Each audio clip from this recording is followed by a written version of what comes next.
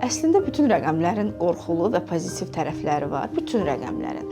Amma müəyyən rəqəmlər var ki, həqiqətən də biraz insanı çətinliyə salır müəyyən yerlərdə, müəyyən o karmik zonalarda çıxanda. Çünki artıq səndən iradənin ən pik nöqtəsini istəyir, nəfsini aşmağını. 15-ci arkandır, 16-dır, 18-dir, 13-dür, 8-in özüdür, haqqa girmək, 12-dir. Bu rəqəmlər biraz bəzən də 22 də ola bilir. Bu rəqəmlər bizi müəyyən bir nöqtələrdə əgər düzgün aça bilmiriksə, həyatda sınaqlara tabe tutur.